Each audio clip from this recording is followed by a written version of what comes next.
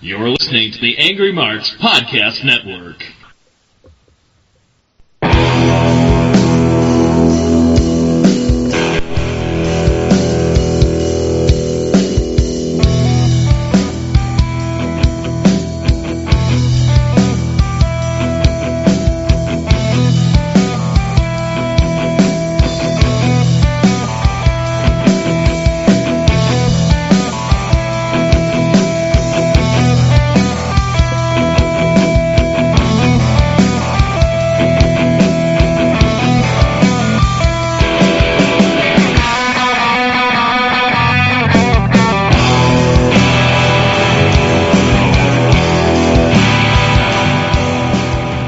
Welcome, everybody, to this episode of Impact Implosion for May the 10th, 2012. The heck? Cut the music. Yeah, cut it. Getting run-ins from our own music department. Is Surge running it? I don't know. Anyways, this episode of Impact Implosion will be called Impact Revelations. Yes. And I am your host, Seth Draken. With me on the line is my co-host, Mike Poland. Good evening, everyone. Good evening, too. And we got to talk about some news first. Alrighty. Because TNA did have some news today. Ciara's been bugging me for the last 2 weeks. Our lovely alum, Ciara, has kept telling me that Anarchy. I got to mention Anarchy because I keep forgetting that he got released. Well, I mean, he's nondescript. He's only on TV once every 2 months. Well, he got fired, so he's off the page. Yay! Yeah, so that job to Kurt Angle was the last thing he did before leaving. So, also, we have a big announcement. Apparently, MMA star, what's his name? I know his nickname's King Mo, but Muhammad Lawal, better known as King Mo, has signed with Bellator, to compete in their 205 ranks in MMA, and will also wrestle for TNA Wrestling. Kurt Angle will face him at some point. Oh, of course. Why not? But anyways, I believe that if I am... Oh, yeah, I did see the James Storm video with Montgomery Gentry. Yeah. And I'd like to say it was a nice video and all, but I hate to burst your bubbles, people, but that ain't Montgomery Gentry singing the song. They're there in the video and playing the music, but they're not singing. The person singing, and the person who sings a lot of TNA songs, is Surge, Dixie's husband. So yeah, if you're wondering who sings Long Necks and Rednecks, that's Surge. Surge! That's better than his other job, which was getting his butt kicked for no reason. I remember that. Anyways, let's get on to the TNA... not spoilers, TNA results. To the rescue. Oh, wait, it's already happened. Yeah, and then we have to do, of course, Sacrifice, since they got a pay-per-view. Don't sacrifice your money for this. Well, we first had Bobby Roode come out. I keep calling him Robert. Don't worry, I did that for months, a few months after he was not Robert Roode anymore. I still call him Robert Roode because he's a heel. And I always like the idea of them being a little more... Robert Roode, Esquire. Yeah, like stuff like that, instead of, I'm Robert. I'm Bobby. Yeah, instead of calling me Albert Roberts. But anyways, Bobby Roode comes out, talks about how great he is, And he says he's beaten Ken Anderson, Jeff Hardy, and RVD. He never beat Hardy. He got DQ'd. And says he amazes himself sometimes. And he has great news because in 2 weeks he will be the longest reigning champion ever. How long did Jeff Jarrett hold the title? I think they're calling this TNA, not NWA. When it was the NWA world title. Never mind then. But anyways, normally this kind of disturbs me because normally when you say stuff like that, that means you're losing the title very soon. Because I hope not. Well, they did bring Abyss back. We'll bring that up later. Yeah. Rude says no one else has come close to him. I think James Storm actually came close to you. And I think actually Sting might have came close to you if Sting wasn't an idiot and had DDT'd himself onto the chair. I think matching his title reign is what he means. I know. Oh, his title reign. Well, since it's in 2 weeks, somebody will still have come close to you. Since you will just break it in 2 weeks. I don't know, logistics. And if RVD thinks he can outsmart him or beat him, he is wrong.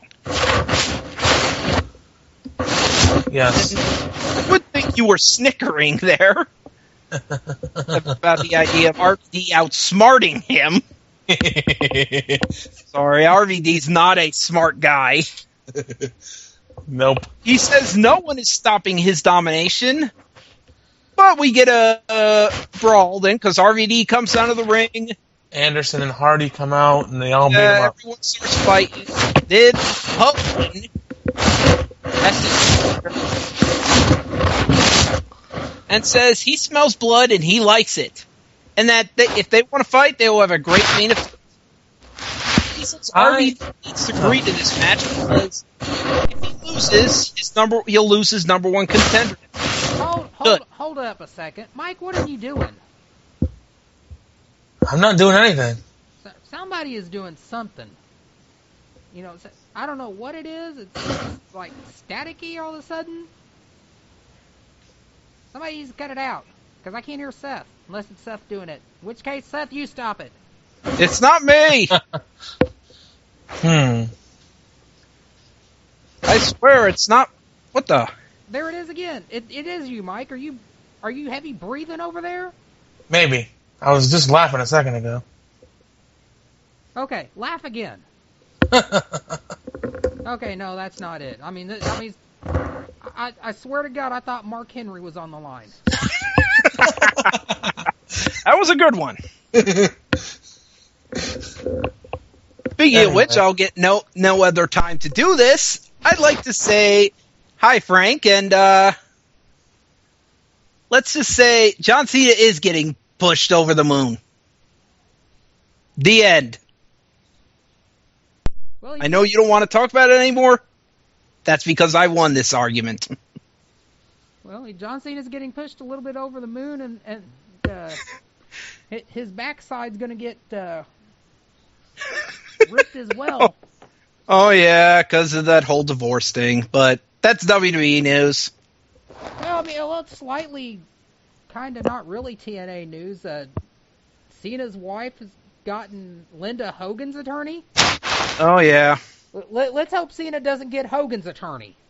I was going to make I think I know one man Cena needs to get. Clarence Mason. No, David Otunga. Dude, Did we do another wrestling court? No, we can't do another midget's court. Not a midget's court, like what they did with Bischoff when he left WWE.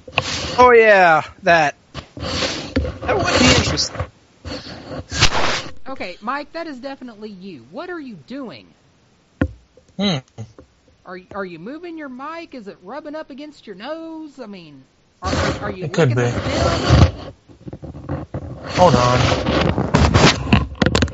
Okay, probably fixed now. Okay, that sounds a lot better. Thank you.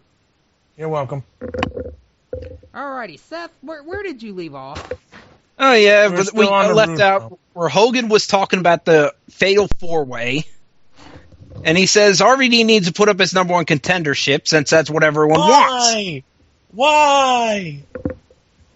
Well, he says that if Hardy and Anderson win, they'll get RVD's spot. Actually, you should notice that RVD's facial expression was saying the same thing. Why? Why? But if Rude wins, he gets to pick either wording it. one of the three. He says, Rude wins. He gets to choose whichever one of the three. Which means conceivably he could have just picked Anderson or Hardy again. No, he can't pick both of them. He's got to pick one. No, out of the two of them, he could have picked either Anderson or Hardy again. Oh yeah, true. He says, but if RVD wins, not only will he get to keep his title shot, but he gets to make the match stipulation for the pay-per-view. Oh, boy. Yep. RVD agrees to that. Because he's an idiot. Yeah, and Hulk thanks him. Next. We had Bully Ray backstage talking about in his 6 years in TNA, he's rarely had anyone who's been at this much a thorn into his side than Austin Aries. And he is sick and tired of Aries running his mouth and picking on him. He's stealing his gimmick. He says he won't be bullied anymore, and the whole locker room is talking about him. But he won't take it anymore. Irony. He's going to go out in the window and say, I'm mad as hell, and I'm not going to take it anymore. He then says Aries should watch what he does next. If he thinks he pushes people around. 2 segments later. And he says if he doesn't believe him, just watch. We then go to Gail Kim and Madison Rayne in the makeup room. Gail Kim's talking about how she is sick of Brooke, but Madison keeps asking her about fashion tips because she's trying to impress a guy. Nothing builds up. Gail doesn't give a crap. Gail's like, I got a title match. That's not, your problems are not important to me, bitch. Yeah. Then we had Velvet Sky versus Brooke Tessmacher. Bro. I'll only say the only highlight of this match is when the two Velvet and Brooke Tessmacher tried to battle each other in ass shaking.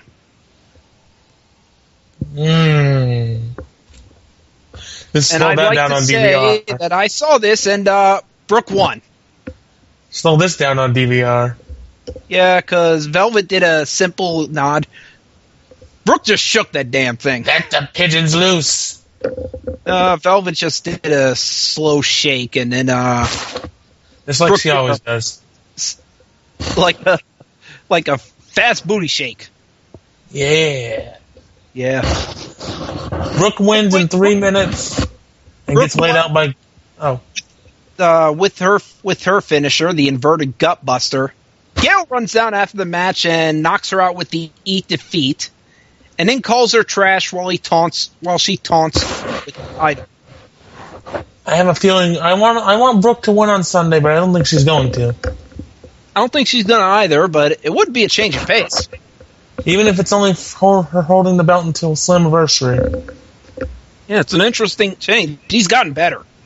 Yeah. Anyways, we saw AJ Styles come into the building, and he got asked about the secret that supposedly Daniels and Kaz are going to reveal tonight. No comment. Yeah, he has more business because he says he has a match with Kurt Angle in a few days, and he's concentrating on that. Yep. Then we got Jeff Hardy shown walking backstage, talking about all the excitement about the main event, and he says he's going to end the selfish generation tonight. Haven't heard that before in the last 7 months. Oh, yeah. The hell?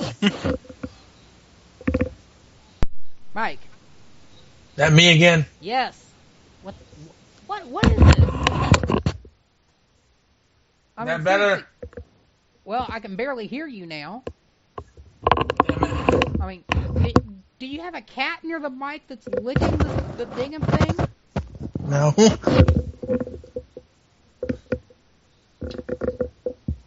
Are you over there practicing your skills as an Amish woodcutter? No. Do you got your bicycle flipped upside down with a baseball card stuck in the wheel and you're sitting there spinning it so it sounds like a motorcycle? I don't have a bicycle. Anyway. Anyways, we move on because we were supposed to have a match between Crimson and Matt Morgan. Of course, Crimson makes his way to the ring, but Morgan tries to go to the ring and gets attacked by Bully Ray. And he beats him bloody. And then he looks on the camera and says, "This will happen to Austin Aries." Yep. Ray leaves, and they have to stretcher Morgan out. Crimson then takes the mic, and he says what just happened was unfortunate. But Matt had been yelling for weeks that he would be the first man to pin him, and he said his delusion would be scary. But he then has the ref. He says he is still undefeated because Morgan didn't make it to the ring. And then gives Morgan another chance. And he then it's a tells countout. the referee to make a 10 count. And the ref's looking at him like, "Dude, did you just see the guy get stretchered out?" What the hell is the point of this? Just to placate to Crimson's ego. Basically, they He do got the 10 stretched count. out. Crimson wins again by count out. And he says it's just another footnote in Morgan's sad career. Good lord. Yeah. Next up. Next up, let me think. Oh, yeah, X Division title match, Zema Ion, who has the wackiest pants I have ever seen in my life. Seriously, he needs a tailor. He needs a tailor. Yeah, he needs a better tailor, because his pants are just Is insane. his gimmick basically a new age Rick Martel? Oh, you saw those? You saw him too? Yeah. Yeah, I was looking at those pants like, what the hell? At least Rick Martel had a better tailor for his clothes. And that's sad. Rick Martel's button that says, "I am a model," is better than your pants. Anyways, this was a quick match. Zema actually did some little bit of offense, but Austin Aries wins in the end with the Brainbuster. Well, of course Aries wins. He has a match on the pay-per-view Sunday. Well, it's not a title match, so Either way, it's a match. yeah, you could lose it. But anyways, we have Daniels backstage with Kaz, talking about how he won't let AJ make a fool out of him. And Kaz just asks if they are really doing this. Daniels says AJ has been on top for too long and that he is not their friend, so they are going to do this now and won't have to worry about it. They head to the ring, and I should note that Daniels, with that jacket and those glasses, I swear, he looked like the lead singer for Judas Priest. He did. Seriously. He needed a hat, and he would have fit perfectly. I don't like Kazarian bald. Either that or he looked like the YMCA guy. Or the Village people. Seriously, those glasses and that jacket are so wrong on you. They do not work. Yep. But anyways, enough about Daniels' fashion tip needing. We have that Daniels says he's going to give AJ one more chance. So he wants him to come out and set the record straight. Daniel, in a few minutes, he doesn't come out, and he says since he ain't coming out, he's going to show the pictures. And then, but AJ does come out, and he says, "I don't know what you're talking about, but it needs to show the pictures now." And he will tell them why, but of course he got interrupted by Kaz, who says he was trying to protect him at first, but he did compare their careers and realized he was being held back. And then they showed the pictures. he holds up a first picture that he posted on Twitter of AJ and Dixie Carter holding hands and looking into each other's eyes. And he says it looks innocent, but it's not the only picture he has. Kaz shows the next one, which is AJ touching Dixie's face. It slowly builds. Daniel says there's no reason for him to be that close to her. Next. But he remains silent, and then Daniel says he has the final one, which is AJ kissing Dixie. Serge, she was mine before she was yours. You know what?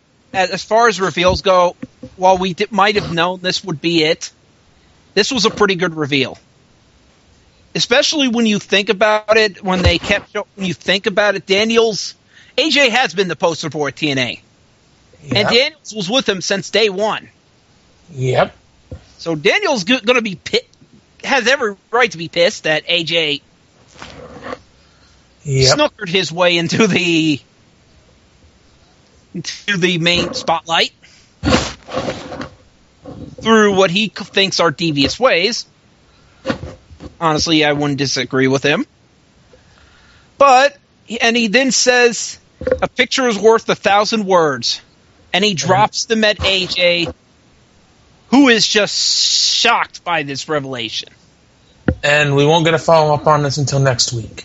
Yeah, AJ just looks like he had been shot in the heart. Yep. Then we had a television title match. Devon defeats Robbie again. Yeah, this was pretty quick. And there's going to be a three-way... Oh, we'll talk about that later. Never mind. But sadly, Devon gets beaten up by Rob Terry. And a power slam. Later on, Devon is shown backstage saying he is sick of these two guys getting in his face, so he's going to fight both of them at Sacrifice. Yeah. Oh, dear God. This. By the way, I had to notice Rob Terry in a cardigan. Oh, dear. And not just any cardigan. A cardigan that looked like Charlie Brown's shirt. Good grief. My words exactly. And sadly, maybe Robbie E needs to be Lucy.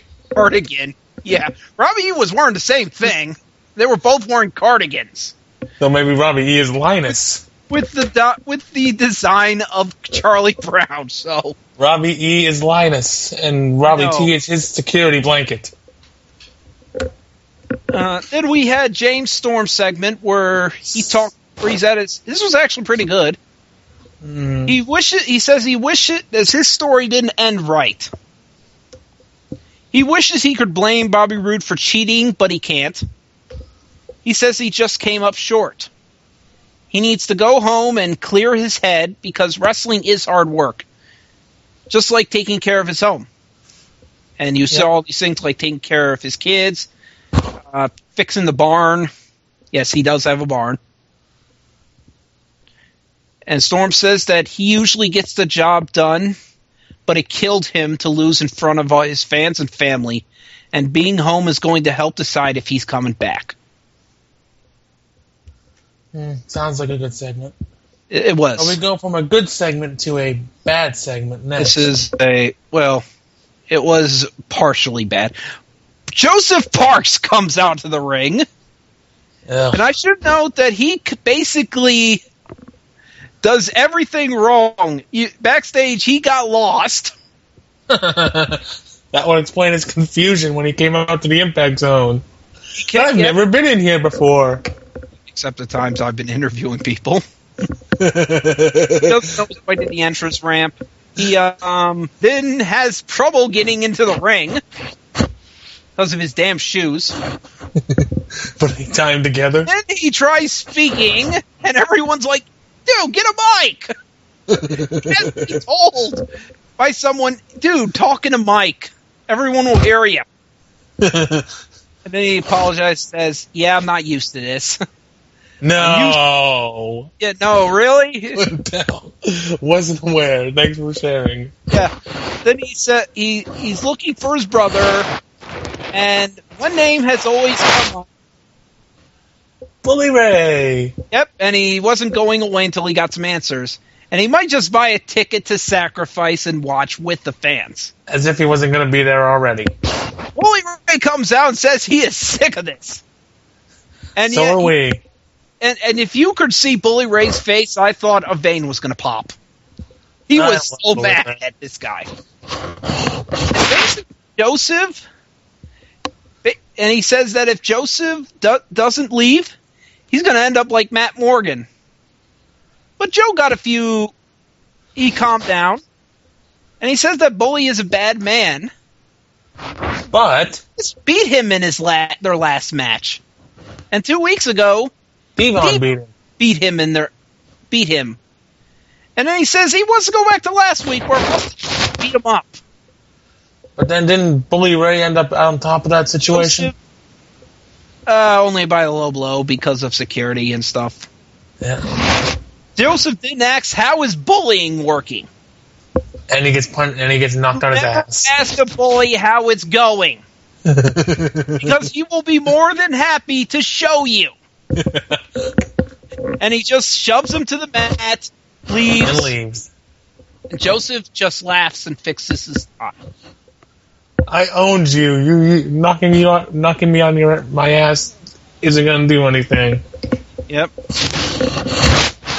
He had an RVD backstage segment where he talked about his how he's going to be the top champion. I think this was a little bad. I think it's RVD. It's RVD talking. Of course, it's bad. I know. RVD really has never been a good talker. Him the memo that he needs to stop talking like a prick. He's never been a good talker. I know, but I know it's his character to be this cool guy. But even in WWE, he had a little bit more life to his conversations. He seemed to be a good guy. TNA has dumbed him down for their audience. No, WWE wrote and actually probably wrote his dialogue and said, "Here's some of the things you shouldn't do." TNA's like, "Go ahead, do whatever the hell you want." TNA gives me freedom. Yep, freedom to look like an ass. We need Paul Heyman in TNA. This is a fatal 4-way match. And everyone jumps on the ring. So it's a 3-on-1. Yep. That's nice. And Hardy misses a whisper in the wind, and we get a commercial break. Was it 30 seconds into the match? It was pretty short in the match before they did the commercial break thing.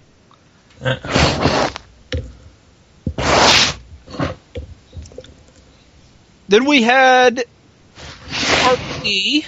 This was an actually okay match. It seemed it. It was okay.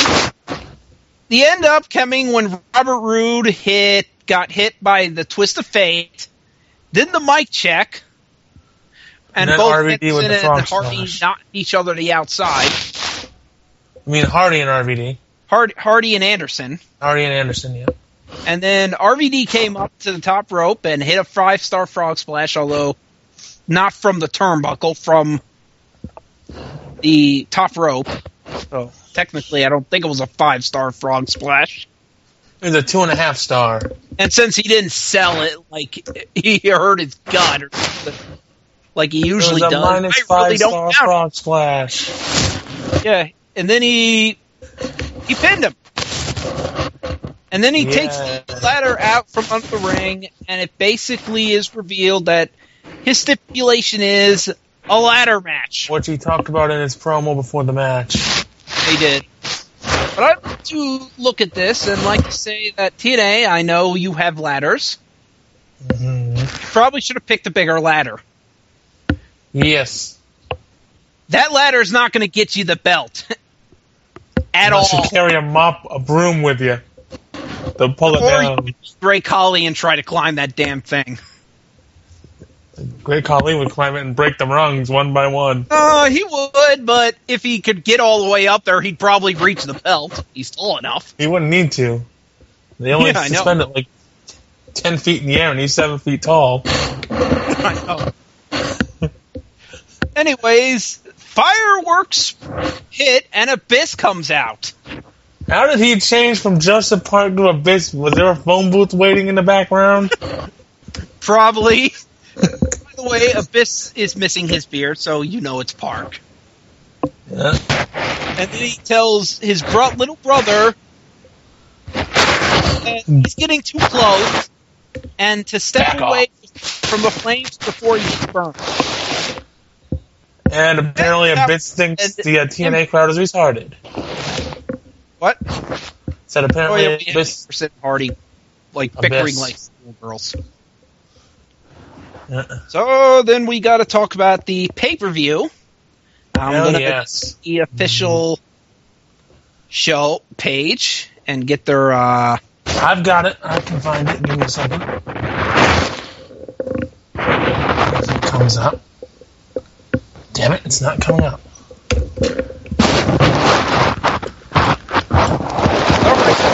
You know what? Where is it? Well, except one, but that match on. I think we have Gail Kim versus Brooke Tessmacher.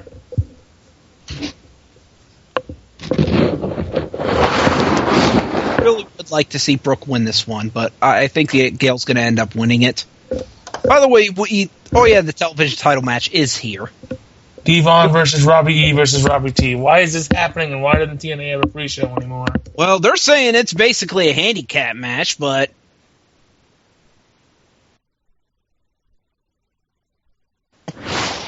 We also have Joe and Magnus against Daniels and Kazarian. Wait a minute, what are your predictions on the television title match? I don't care. I think Devon needs to win this one. Yes, and end this feud. Please. Have him feud with Crimson or somebody. Yeah, the Knockouts title, you picked Gail too? I got Brooke. Oh, you got Brooke. Oh. Yes. Then we had Bully Ray versus Austin Aries. This is a non-title match? I say Aries. I say Aries too. This will be the best match of the card. I disagree with that, but... We then have... This is the best feud match I'm looking forward to the most because of the feud. These two have just owned this feud. Yeah. Both two guys have stepped up their A game, and really will be a shame when one of these guys loses. Yep, and then and we both say Aries? Yeah. Okay. Then we had Jeff Hardy versus Mr. Anderson. What a non-feud this has been. They just threw this one on the card. You know what? I don't care who wins this match. I'm sorry. I don't even know who's going to win this match. Who do you got? It doesn't matter. Yeah, neither guy, really. This is really something that doesn't matter. Then we have Kurt Angle versus the phenomenal and apparently adulterer, AJ Styles.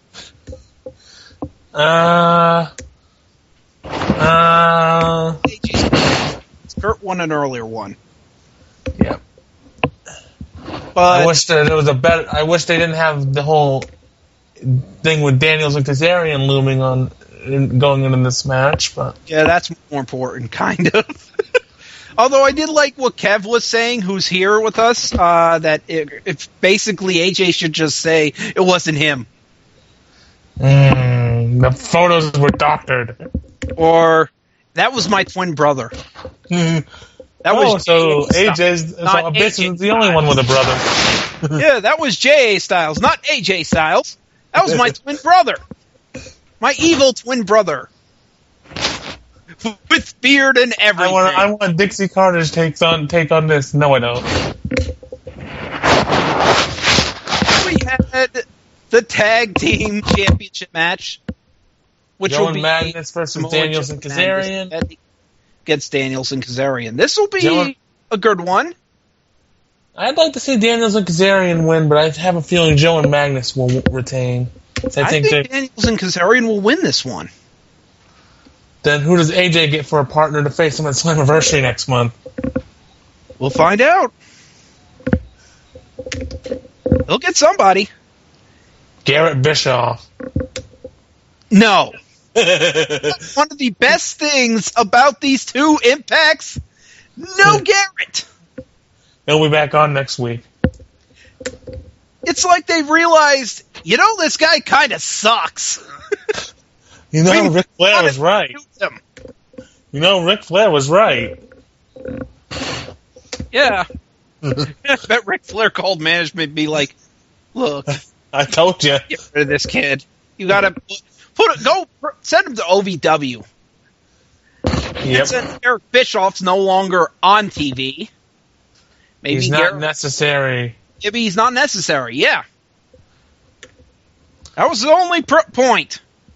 To get Eric off TV. Right. Does that lead us to the title match? Do we have... And then we have our main event, which the Battle of Robs. Heavyweight Championship ladder match. Yay. Doesn't make me want to see it anymore. I didn't want to see it to begin with. Rude versus RVD. Rude retains. If Rude loses, if RDV freaking wins this match, and yes, at least this one probably won't end with a screwy finish because it's a ladder match. Oh wait, yes, RDV, thanks for that T-shirt, where someone got said RDV instead of RVD. Bad dyslexia. Yeah, I'm gonna call him RDV. But anyways, Bobby Roode better win this match. Because the only person who should take that belt off Robert Roode is James Storm. But it'll be Abyss at Slammiversary. No. Yes. Not even Abyss. I think it'll be Abyss. Abyss doesn't need it. Really? What does he need? I don't know. He's had he needs to go away. Far, far away. Yeah, they just haven't used him rightly. He's supposed to be a monster, and he hasn't been a monster in a while. He hasn't been a monster since 2005. I know. They can bring back James Mitchell. Nick Doomsday. Yeah, those two worked well together. But, of course, they won't do that. That'll be logical. Nor will they probably bring in the Pope anytime soon. Maybe they should bring back Goldilocks. Even though they could bring back D'Angelo Dinero since he's got a movie coming out. He's in a movie. He's also in TNA Limbo. He's in Purgatory. And all the other guys that aren't being used right now. He's got a movie coming out. He's a Batman in The Dark Knight Rises. Yeah, it is official. If you can check IMDb and all that stuff, he is listed. Yay. He is not an uncredited person. He is listed as a henchman of Bane. He will be in the movie. Would it be considered racism if he was uncredited? Huh? Would it be considered racism if he was uncredited? No, he didn't be considered an extra. Yeah. But no, he's not an extra here. He's in the movie. He's actually one of the front henchmen. Yeah. Bro, so not the lead henchman, but I hear he's pretty close. So that's pretty good. And TNA would be stupid not to. Want to capitalize on it, which is why they haven't. Exploit this. He's going to be in one of the biggest movies this year. But yet they won't, and that's why they're stupid. Yeah, I mean, Ted Kurt Angle in 2 theatrical movies last year, both Little Dog and Warrior, and they didn't promote either of them. Yay! Oh, TNA not knowing how to make money. Yeah, WWE would have been like, holy crap, this guy's in The Dark Knight Rises? Really? A movie that might actually make money other than ours? Let's make a ton of money. Where we put the Miz in the Marine? Might make money. It's not that it might make money. It will make money. Tons of money. Trust me, the Avengers number, it's like going to be like the Avengers this year. Those are the two movies that are going to make a crap load of money. Yep. That are predicted. And that's all for TNA's Impact Implosion. Do you have anything to say, Mike? Nope. I think that's it. Well, this is Seth Draken, and Mike Poland is with me, and we'll see you next time on the Impact Implosion.